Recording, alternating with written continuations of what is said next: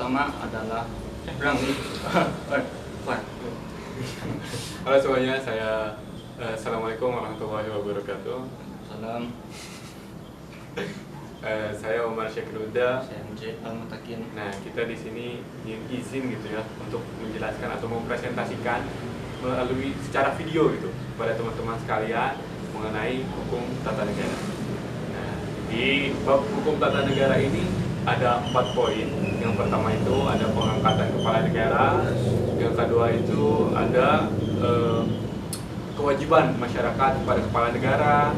Yang ketiga itu ada syarat-syarat calon kepala negara, dan yang terakhir itu ada pengangkatan kepala negara melalui mandat gitu ya. Nah, pada pembahasan yang pertama ini atau pembahasan pengangkatan kepala negara akan dibahas oleh Saya sendiri. Oke, silakan. Saya tinggal dulu ya. Kopi. Nah, yang pertama ada pengangkatan kepala negara. Pengangkatan kepala negara adalah proses formal seseorang yang ulang-ulang. Tengah ini kayak Apa? Kenapa? Zoom lagi. nah,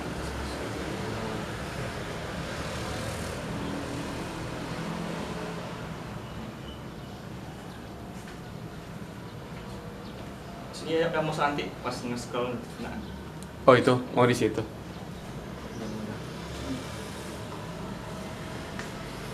nah, Yo.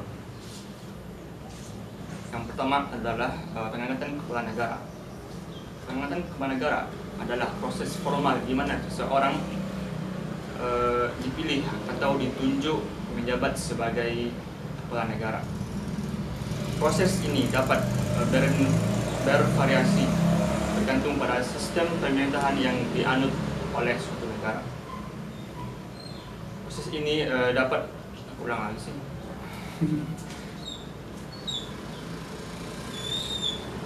Seperti monarki konstitusional, republik, atau presidensial. Di beberapa negara seperti monarki konstitusional dilalui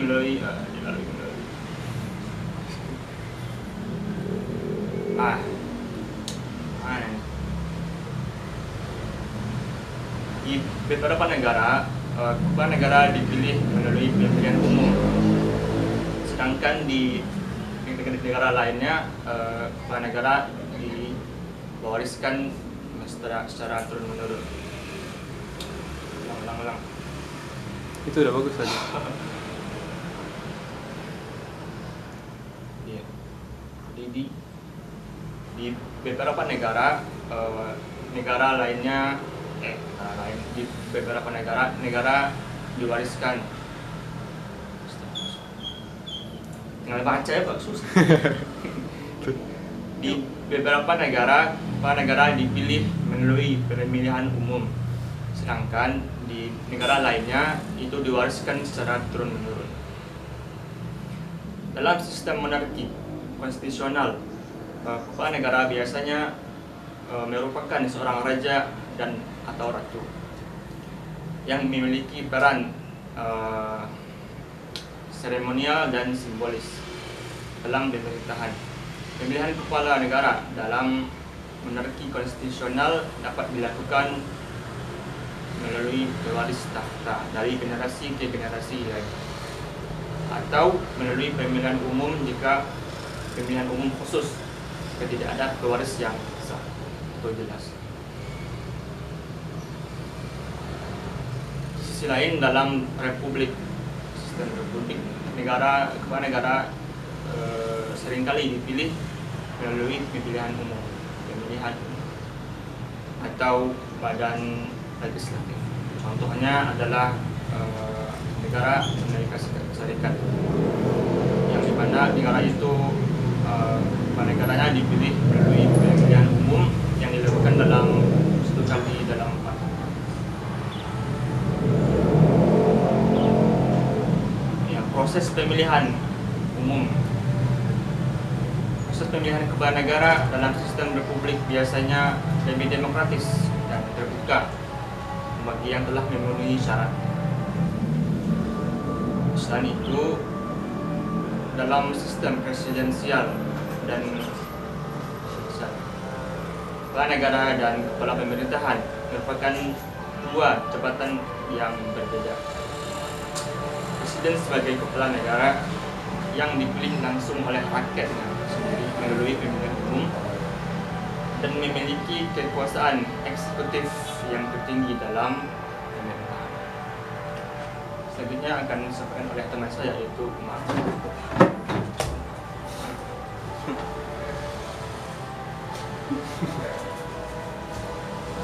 Ya, halo teman-teman, saya Umar Syakir dan di sini saya ingin menjelaskan tentang bagaimana kita sebagai masyarakat di dalam suatu negara ini memiliki kewajiban pada setiap kepala negara gitu ya. Kepala negara ini merupakan sebuah figur yang dipilih ataupun ditunjuk untuk memimpin suatu negara gitu, dan bertanggung jawab juga. Mereka itu bertanggung jawab atas kebijakan-kebijakan yang diambil kemudian demi kepentingan bersama. Nah, kita sebagai masyarakat ini gitu ya, sebagai bagian dari sistem pemerintahan, masyarakat juga memiliki beberapa kewajiban terhadap setiap kebijakan-kebijakan ataupun terhadap kepala negara itu sendiri gitu. Seperti yang pertama, ada kepatuhan terhadap hukum. Nah, masyarakat memiliki kewajiban untuk memenuhi hukum yang berlaku di negara tersebut gitu. Hal ini mencakup aturan-aturan yang ditetapkan oleh kepala negara untuk tentunya menjaga kehidupan dan juga keadilan dalam masyarakat. Nah, yang selanjutnya, kita sebagai masyarakat dalam suatu negara, masyarakat juga memiliki kewajiban untuk berpartisipasi aktif dalam setiap proses demokrasi. Nah, seperti bisa kayak kemarin, seperti pemilihan umum, terus juga ada pemungutan suara, dan juga yang mungkin yang lain itu seperti memberikan masukan ataupun kritik-kritik terhadap kebijakan pemerintah gitu ya. Dengan demikian, masyarakat itu tetap bisa ikut serta gitu dalam setiap pembentukan keputusan yang akan mempengaruhi nasib negara di kemudian harinya. Nah, yang selanjutnya itu adalah mendukung kebijakan negara. Karena selain yang dua tadi itu, masyarakat juga diharapkan untuk mendukung kebijakan-kebijakan yang diambil oleh kepala negara kita demi kemajuan dan juga kesejahteraan bersama. Tetapi kita sebagai masyarakat juga harus kemudian teliti dalam setiap kebijakan yang diambil oleh kepala negara. Takutnya kita juga harus bisa tahu bagaimana kebijakan yang kemudian dapat mensejahterakan rakyatnya dan mana kemudian mana sih kebijakan yang mensejahterakan pejabatnya gitu. Nah, itu harus kemudian dihati-hatikan oleh kita atau diwaspadai oleh kita sebagai masyarakat dalam sebuah negara. Karena dengan memberikan dukungan, masyarakat dapat membantu pemerintah dalam menerapkannya secara efektif gitu. Nah, selanjutnya adalah menjaga keamanan dan juga ketertiban. Kewajiban lainnya dari kita sebagai masyarakat adalah menjaga keamanan dan juga menjaga ketertiban di lingkungan sekitar kita. Masyarakat itu perlu bekerja sama, entah sesama masyarakat ataupun dengan pihak-pihak berwenang untuk mencegah terjadinya tindakan kriminal yang terjadi yang kemudian dapat merugikan negara kita. Yang selanjutnya adalah menghormati otoritas kepala negara. Yang terakhir, masyarakat juga memiliki kewajiban untuk menghormati otoritas kepala negara sebagai simbol dari penghormatan kepada negara. Sikap hormat dan juga penghargaan ini, yang sikap hormat dan juga penghargaan kepada pemimpin negara ini merupakan bentuk dari pengakuan atas legitimasi kekuasaannya.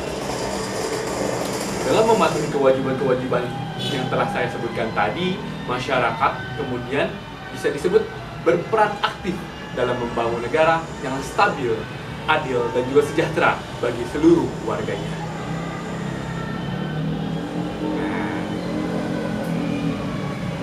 Tadi itu merupakan dua bab yang sudah kita bahas ya, yang sudah kita sampaikan. Semoga kemudian hal yang kita sampaikan ini dapat